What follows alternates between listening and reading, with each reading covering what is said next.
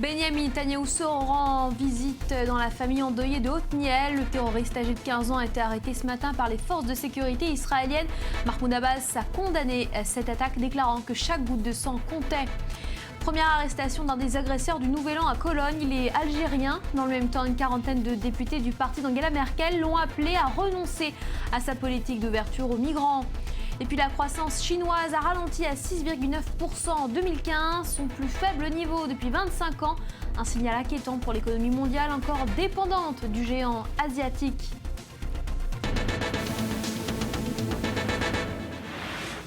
Bonsoir à tous. Un Palestinien de 15 ans suspecté d'être l'auteur de l'attentat de Otniel a été appréhendé. Il apparaît, tout comme la plupart des autres terroristes, qu'il a agi seul, rendant le travail de prévention des services de sécurité toujours plus compliqué. Les images de son arrestation avec Maël Benoliel. Il est environ 5 h du matin. L'armée israélienne vient de pénétrer dans le village palestinien de Beth Imra.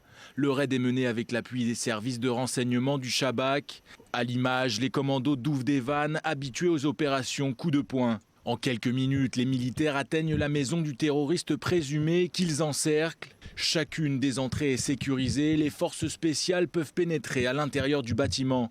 Dernières instructions avant que l'unité ne fasse irruption dans la chambre à coucher du meurtrier de Daphna Meir.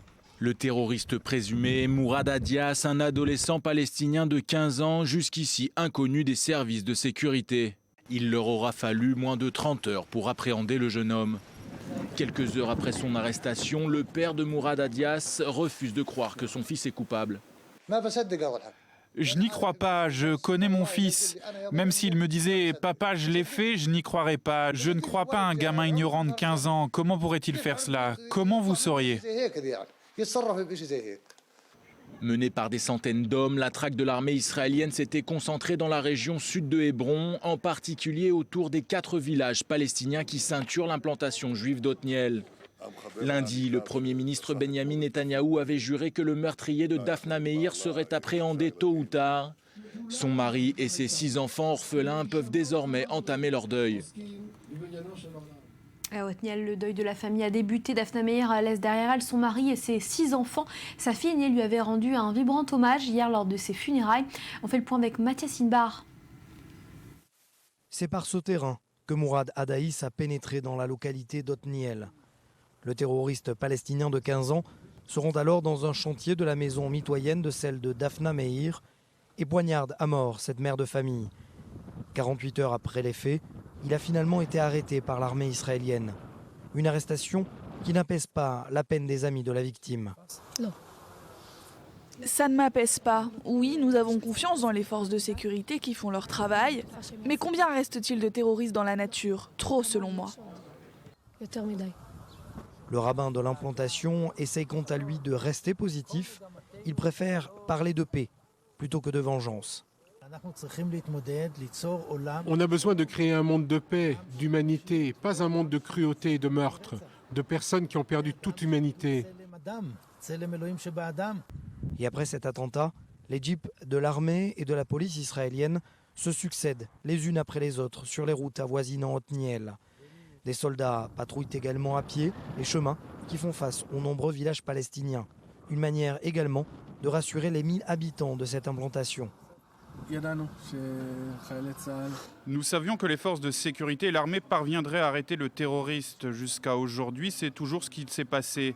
Nous disposons d'un excellent dispositif de sécurité ultramoderne autour du village. Cela dit, c'est la première fois qu'un terroriste pénètre ici et nous ne savons pas comment cela s'est passé. L'armée est en train d'enquêter sur la question. Après avoir poignardé à mort Daphna Meir dans la maison qui est derrière nous, le terroriste palestinien a ensuite pris la fuite. Il a emprunté ce chemin de terre pour aller se réfugier dans les villages arabes palestiniens qui jouxtent quasiment cette localité d'Otniel. Et beaucoup de politiques ont assisté aux funérailles. Benyamin Netanyahou a choisi de rendre visite aujourd'hui à cette famille endeuillée, accompagnée de son ministre de la Défense. On écoute Benyamin Netanyahou. Celui qui veut voir la vérité sur les racines du conflit. entre nous et les Palestiniens, qu'ils viennent à Otniel, voir ici une famille fabuleuse qui voulait simplement la coexistence et la paix. Voir aussi ces jeunes qui attisent la haine, tuent des mères de 6 enfants et déclarent « Nous les exterminerons tous, y compris à Tel Aviv et à Yafo ». Puis sachez que Mahmoud Abbas a réagi suite à cette attaque. Il s'est dit opposé à toute forme de violence aujourd'hui. Et puis du côté de l'Union européenne, on tente toujours de contester l'existence de ces implantations en Cisjordanie. L'Union a voté pour l'étiquetage des produits en provenance de cette région. Tous les accords conclus entre l'État hébreu et l'UE n'incluront donc plus désormais les marchandises fabriquées au-delà de la ligne verte. On voit ça avec Julia Ganancia. Nous sommes en Cisjordanie, mais ces usines sont israéliennes. C'est ici que sont fabriqués les produits controversés, ceux qui désormais sont étiquetés. Une façon pour les Européens d'informer le consommateur sur l'origine du produit, mais à Jérusalem, on voit les choses différemment. Étiqueter, c'est clairement participer au boycott international. Eh bien, l'État d'Israël n'est pas satisfait de la décision prise par l'Union européenne. Nous pensons que cette déclaration des ministres des Affaires étrangères européens reflète un parti pris contre Israël et un système deux poids, deux mesures. Il est très difficile de voir dans ces circonstances comment l'Union européenne pourrait être un partenaire honnête et contribuer au processus de paix ici. Michor Adoumim, entre Jérusalem et Jéricho. Ici aussi, la décision de l'Union européenne passe mal du côté des habitants israéliens. Comme le Premier ministre, certains n'hésitent plus à tracer un parallèle direct avec les heures les plus sombres de l'histoire européenne. Je pense qu'étiqueter les produits, c'est exactement comme y mettre une étoile jaune. Il n'y a aucune différence. C'est une étoile jaune et personnellement, je pense que c'est tout à fait inapproprié et je suis bien sûr complètement contre. Pour d'autres, le problème n'est pas historique mais économique. Israéliens comme Palestiniens seront pénalisés. Ce n'est pas une bonne chose, car si vous jetez un coup d'œil aux usines ici, 90% de la main-d'œuvre est palestinienne. Ce n'est pas une bonne chose pour eux, car ils sont employés ici. Qu'est-ce qu'ils pourront faire d'autre? Où iront-ils? Mais du côté palestinien, le problème n'est pas de savoir où aller, l'enjeu est bien plus politique. Le monde dans son ensemble veut maintenir, soutenir et préserver la solution des deux États, d'après les frontières de 1967, et ce sont les mesures à prendre. Nous apprécions beaucoup ce que les Européens ont fait et nous en appelons aux autres nations pour qu'elles en fassent autant et qu'elles reconnaissent immédiatement l'État palestinien. Et c'est justement l'un des objectifs de l'Union européenne avec ces nouvelles mesures, pousser les Israéliens à reconnaître l'État palestinien. Mais pour Israël, ce chemin n'est pas le bon. Rien n'aboutira sans négociation, dit-on à Jérusalem. Une négociation qui pour beaucoup doit passer par un partage économique et non par l'étiquetage des produits. En France, la famille de l'homme abattu après avoir attaqué un commissariat de police du 18e arrondissement à Paris compte porter plainte contre X pour homicide volontaire. Annonce de l'avocat sollicité par le père de Tarek Belgassem. Il met en doute la version livrée par le parquet. L'assaut djihadiste au Burkina Faso a été mené par 6 personnes. Au total, 3 ont été tués, 3 sont encore recherchés selon le Premier ministre français Manuel Valls. Lors de l'attaque, au moins 30 personnes ont été tuées. La photographe franco-marocaine grièvement blessée est décédée hier soir. Laïla Alaoui se trouvait au Burkina Faso dans le cadre d'une mission pour l'ONG Amnesty International. Première arrestation dans le cas des agressions sexuelles de Cologne. Il s'agit d'un homme de nationalité algérienne. Pas moins de 500 plaintes avaient été déposées suite à cette terrible soirée du Nouvel An. Maël Benoliel. L'homme serait âgé de 26 ans et d'origine algérienne. Il a été interpellé dans un foyer de demandeurs d'asile à Kerpen. Soupçonné d'agression sexuelle la nuit du Nouvel An à Cologne, c'est la première interpellation liée au fait qui scandalise l'Allemagne depuis le 1er janvier 2016. Lors des perquisitions, un téléphone portable a été retrouvé. Il aurait été dérobé lors de la nuit de la Saint-Sylvestre. Le colocataire du suspect, un demandeur d'asile algérien de 22 ans, a aussi été arrêté. Les 2 hommes ont été placés en détention provisoire par le parquet de Cologne. Au total, les violences commises la nuit du 31 décembre 2015 ont donné lieu à 766 plaintes, dont 497 pour des faits d'agression sexuelle. Une vague de violences attribuée à des jeunes hommes originaires du Maghreb et d'autres régions du monde arabe. Ces agressions ont relancé le débat sur la politique d'immigration portée par la chancelière Angela Merkel, alors que l'Allemagne a vu affluer plus d'1 million de demandeurs d'asile en 2015. Personne ne parle d'une fermeture totale de nos frontières. Il s'agit pour nous de ne pas laisser n'importe quel migrant être dans notre pays de façon incontrôlée. Nous voulons faire appliquer cela. Rappelez-vous, la Constitution allemande et la loi sur la demande d'asile ne permettent pas d'accepter de demandeurs d'asile venant de pays voisins en paix. Cela doit être refoulé. Ce n'est pas une invention de l'Union chrétienne sociale en Bavière. C'est établi dans la loi allemande. Ces derniers pourraient perdre leur droit de rester outre-Rhin en cas de condamnation par la justice, même pour une peine avec sursis. Une mesure souhaitée par Berlin qui durcit le ton. Et puis afin d'éviter à l'avenir tout incident de ce genre, la Norvège a mis de son côté en place des cours de respect. Le but, faire assimiler aux migrants la nouvelle culture à laquelle ils doivent désormais s'adapter. Daniel Atlan. Ils gardent tous leur blouson sur le dos. Dans ce centre d'accueil du sud-ouest de la Norvège, les réfugiés récemment arrivés dans le pays doivent s'habituer à un hiver rude, mais surtout à une nouvelle culture dont ils ignorent les codes. Dans cet amphithéâtre de fortune, des cours sont prodigués aux migrants pour prévenir les violences contre les femmes. Les agressions sexuelles de Cologne sont dans tous les esprits. Ce qui est arrivé à Cologne nous a surpris. Nous avons été très perturbés lorsque nous avons appris que ce sont des citoyens étrangers qui ont fait cela. Cela ne sont pas des humains, nous pouvons les décrire comme des animaux, des personnes malades. Si ces migrants s'indignent tous des violences sexuelles, certains reconnaissent qu'une mise au point s'impose. Il s'agit d'acquérir des repères dans un pays dont les mœurs peuvent leur sembler libérales. Ça dépend d'où tu viens, de ton éducation, de ton expérience de vie. C'est ça qui est très important. Ton histoire est très importante pour ton avenir. Vidéo à l'appui, le cours est illustré d'exemples concrets, avances sexuelles ou simple amabilité. On examine des scénarios où les différences culturelles peuvent provoquer des incompréhensions. Nous avons le sentiment qu'une grande partie du travail de la direction d'un centre d'accueil est de construire un pont entre la résidence et la municipalité locale, la communauté locale. Nous voulons mieux nous connaître, nous voulons que les demandeurs d'asile connaissent les Norvégiens. Ils doivent savoir spécifiquement comment les femmes vivent dans notre culture. Et les Norvégiens ne sont pas les seuls à parier sur ces cours de respect. Un dispositif semblable devrait rapidement voir le jour en Belgique, au Danemark ou encore dans l'État de Bavière, en Allemagne.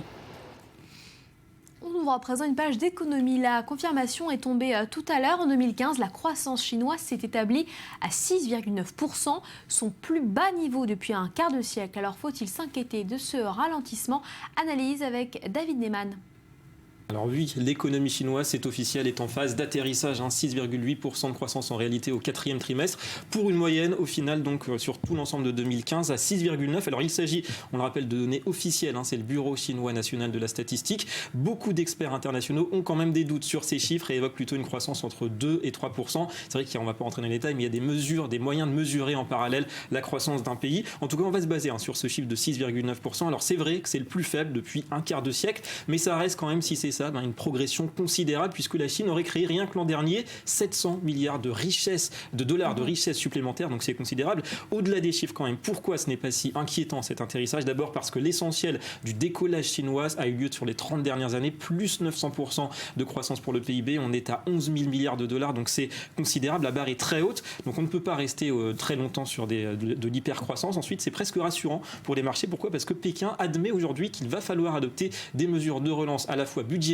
et monétaire pour accompagner ce changement de modèle de croissance, donc davantage tourné vers la demande intérieure que sur les exportations. Et au final, un petit signe, la bourse de Shanghai a fini sur une hausse de 3% aujourd'hui, comme pour saluer un petit peu ce mouvement.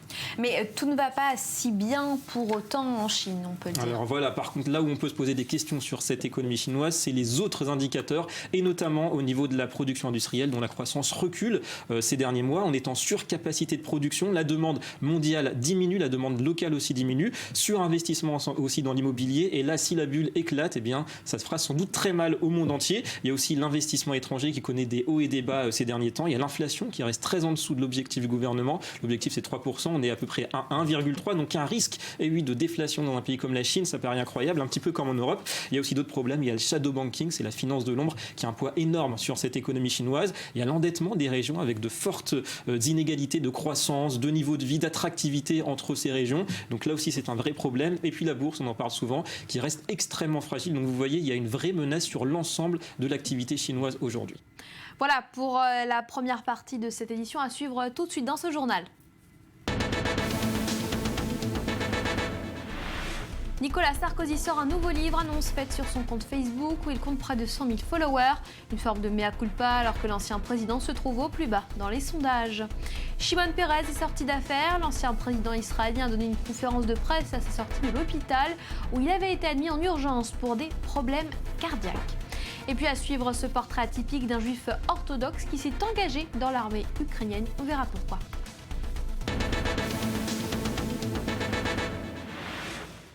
Le député maire de Levallois, Patrick Balkany, a été de nouveau mis en examen dans l'enquête sur son patrimoine. La justice le soupçonnant d'avoir omis de déclarer ou d'avoir sous-évalué certains de ses biens. Voilà ce qu'on a appris auprès de sources proches de l'enquête. Et de son côté, Nicolas Sarkozy lance son opération Reconquête et sort son premier livre en l'espace de 8 ans.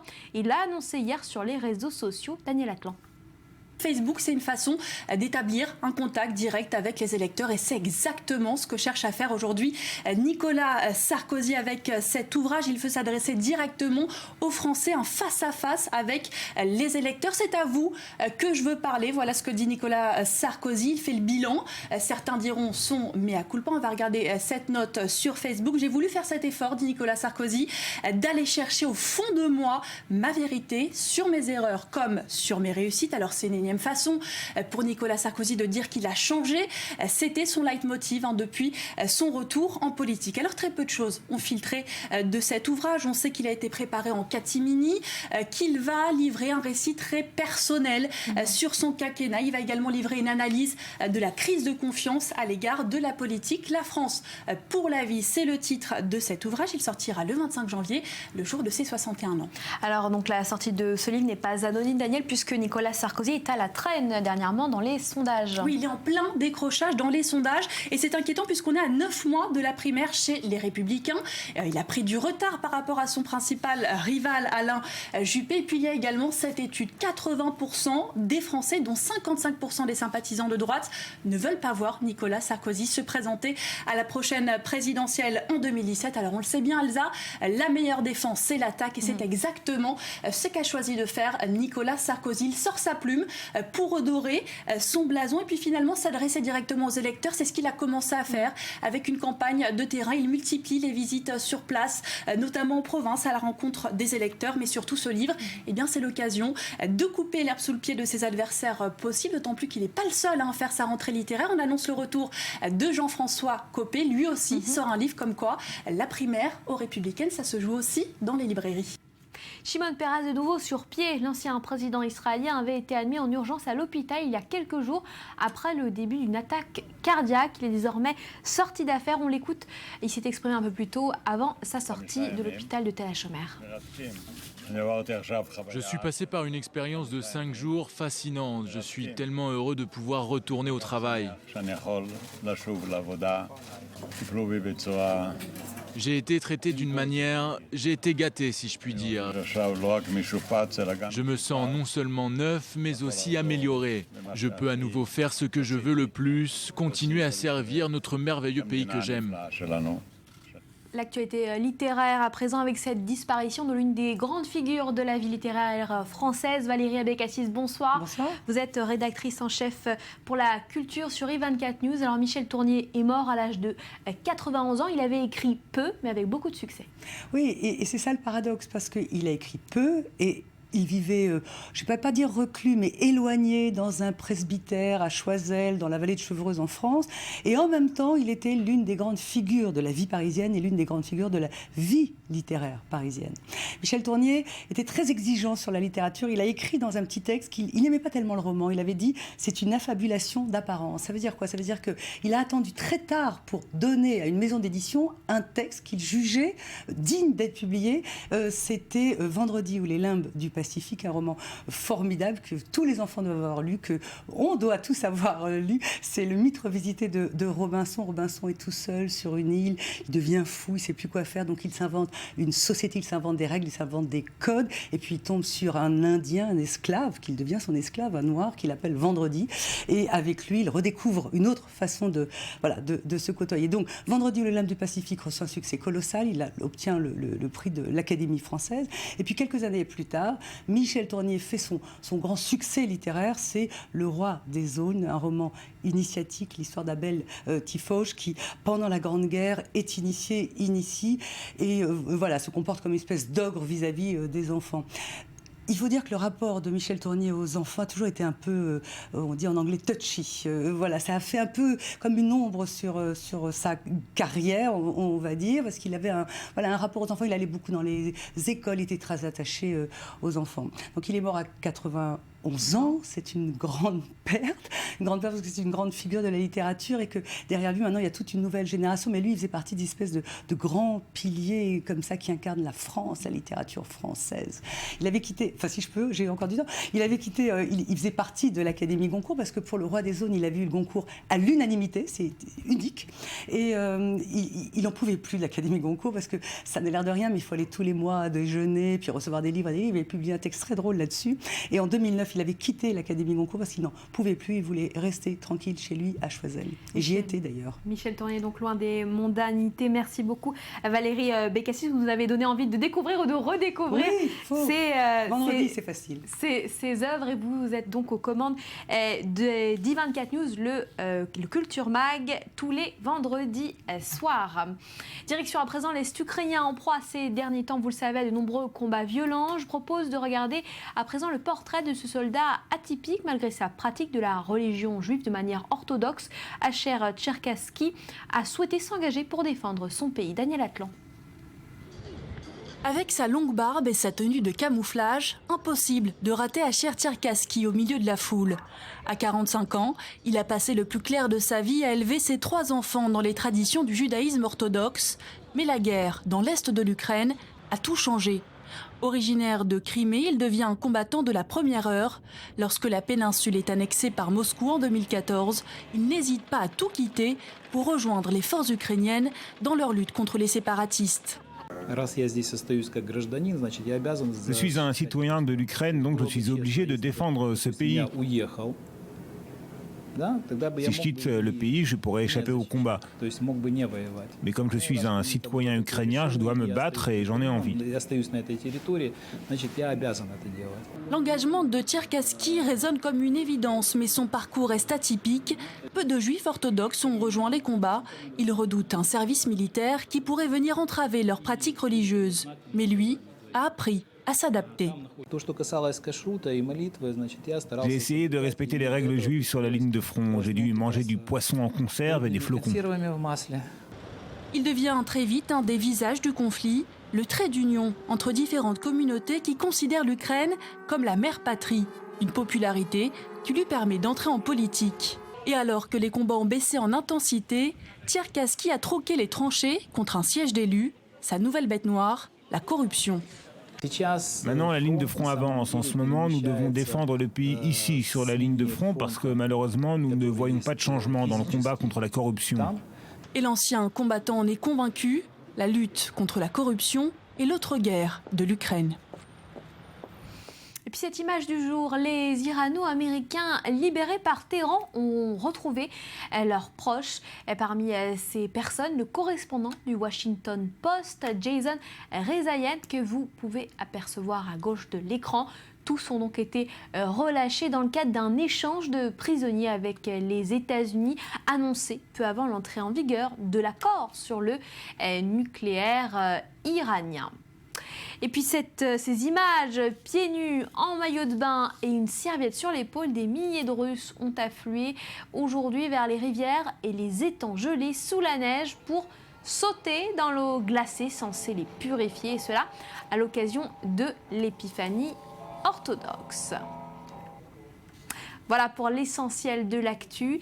À suivre dans quelques instants un nouveau point avec l'info. Très belle soirée à tous.